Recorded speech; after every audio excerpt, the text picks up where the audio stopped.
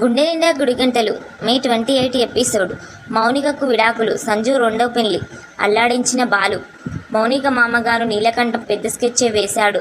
ఈ క్రమంలోనే సంజు చేసిన తప్పు బాలు కంటపడే పరిస్థితులు ఎదురయ్యాయి. ఈ క్రమంలోనే సంజుకి భర్త పూజ చేశాడు బాలు. అసలేం జరిగింది? మౌనికకు విడాకులేంటి? సంజుకి రెండో పెళ్ళేంటి? ఆ వివరాలన్నీ ఇప్పుడు చూద్దాం. బాలుని బోనులో నిలబెట్టి కారేం చేశావని అడిగే సీన్లో బాలు ప్రభావతికి, రోహిణికి చుక్కలు చూపించాడు. బాలు బోన్లోంచి లోపలికి వచ్చి ప్రభావతి బెదిరించినట్లు మాట్లాడుతూ ఆమెనే బోన్లోకి నడిచేలా చేస్తాడు. చూసావా, నీ స్థానంలో నువ్వే వెళ్ళావంటాడు.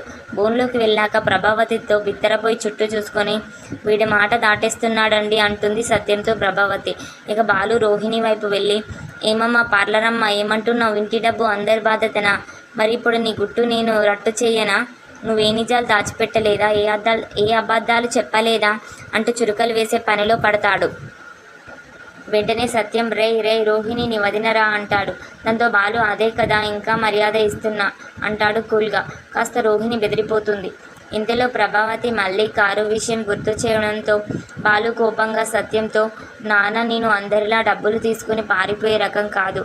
ఆ డబ్బు ఎప్పటికైనా వస్తాయి, ఎలా అయినా తెచ్చి ఇస్తాను. ఇప్పుడు కారణాలు చెప్పడం కాస్త కష్టం, చెప్పలేను అనేసి వెళ్ళిపోతాడు.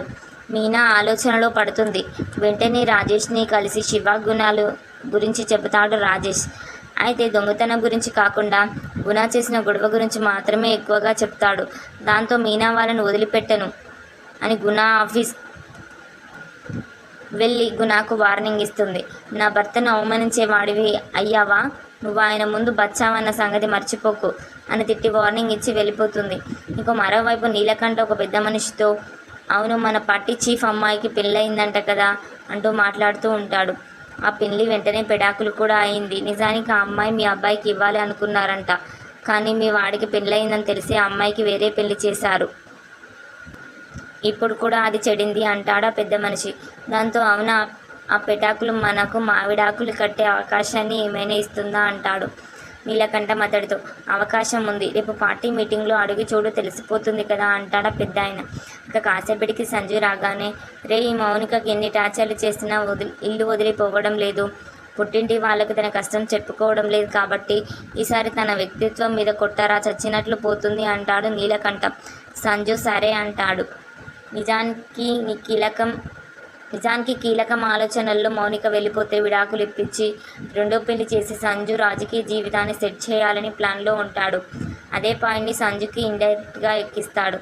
ఈ క్రమంలోనే కమింగ్ అప్లో మౌనికను సంజు ఏమని బాధ పెట్టాడో తెలియదు, కానీ మౌనిక కనిపించడం లేదని సంజు మౌనిక ఫోటో పట్టుకుని రోడ్లపై ఈ అమ్మాయి కనిపించిందా అని వెతుకుతూ తిరుగుతుంటాడు. అది కాస్త బాలు కంట పడుతుంది.